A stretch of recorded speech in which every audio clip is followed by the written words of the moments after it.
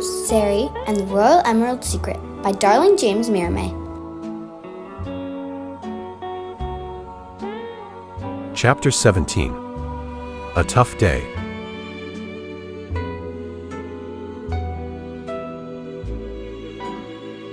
Rose's mom sat down in the armchair to rest. Her thoughts drifted back to the earlier events of the day when Sarah had called her to Rose, who had fainted on the lawn in front of the library. Thank goodness Rose's mom had been working nearby. She recalled the incident vividly. She saw how Rose's friends tried to help her up, and she rushed to her daughter's side, holding her tightly. "Rose, what happened?" she asked in a trembling voice. Rose, nestled in her mother's arms, knew she had to explain what had happened, but she wasn't sure where to start. "Mom, I don't know what's happening to me," Rose barely whispered. "We need to talk, Rose. But first, let's get you home and make sure you're okay," her mother urged. As they helped Rose to her feet, they knew that whatever was happening to Rose, it was far from over. Rose's mom sighed, her mind still racing with distress. She knew she needed to have a serious conversation with Rose about what had happened. But for now, she just wanted to make sure her daughter was safe and sound. Rose's mom looked at Rose, who was now sitting quietly on the couch. She took a deep breath, preparing herself for the difficult conversation ahead. "Rose," she began gently but firmly, "we need to talk about what happened today." Rose looked up at her mother, feeling the fear and uncertainty. She knew she couldn't avoid this conversation any longer. "I know, Mom," Rose replied softly. Mom immediately knelt beside Rose, taking her daughter's hands in hers. "It's okay, Rose. We'll figure this out together. Just tell me what happened." Rose took a deep breath. "Mom, it's the emerald.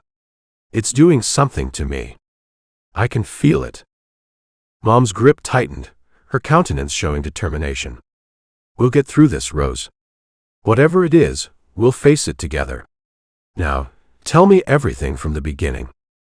As Rose began to speak, Rose's mom listened intently, her heart heavy with worry and love. She knew that whatever was happening to her daughter, they would find a way to overcome it. Later that day, the sound of the front door creaking open echoed through the apartment. Rose's dad stepped inside, his shoulders slumped and his face etched with visible upset.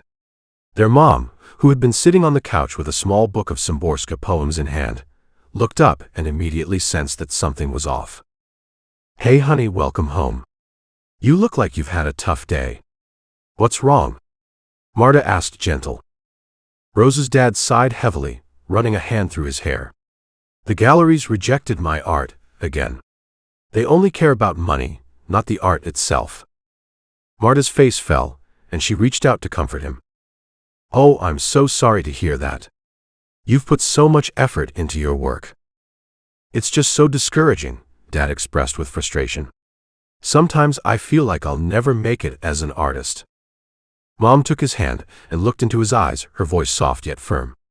"Bez te miłości można żyć," she quoted a line from a Szymborska poem in Polish, its meaning, "Without love, one can live," and then continued, "With a heart as dry as a nut.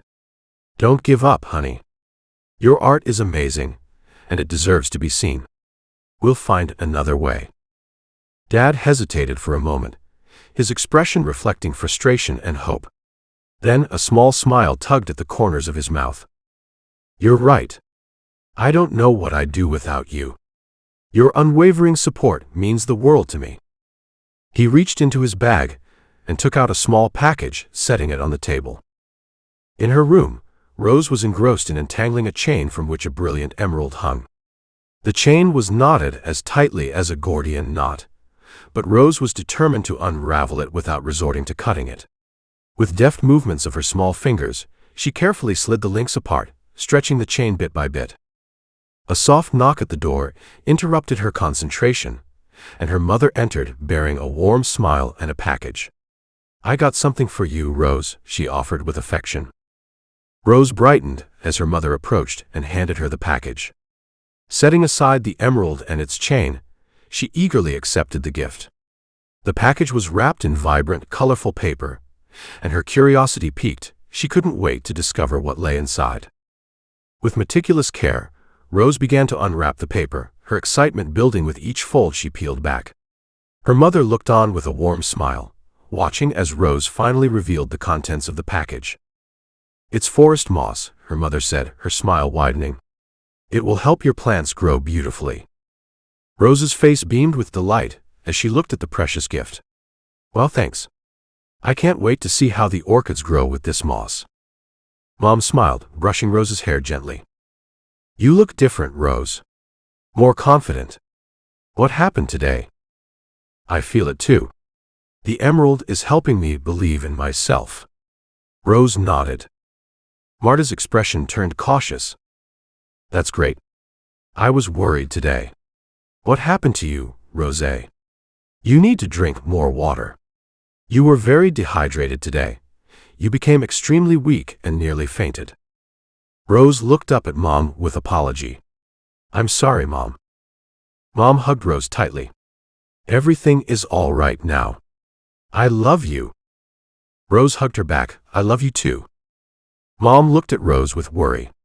"You know what the gemologist said? That the emerald can influence your emotions. It's important not to rely on it too much.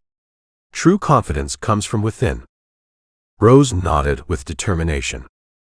"I'll be careful, Mom." Meanwhile, in a park nearby, the ancient lady sat on a weathered wooden bench, picking her teeth with an open large safety pin. She licked it while reading a newspaper. The front page bold title read, "Budget Cuts, No Fireworks on 4th of July." She quickly flipped through the pages. She put her finger in her mouth, checking if all her teeth were still in place. Then she tore out a page with a picture of the Statue of Liberty, ripping it into shreds. She crumpled the entire newspaper and threw it away, muttering as she left.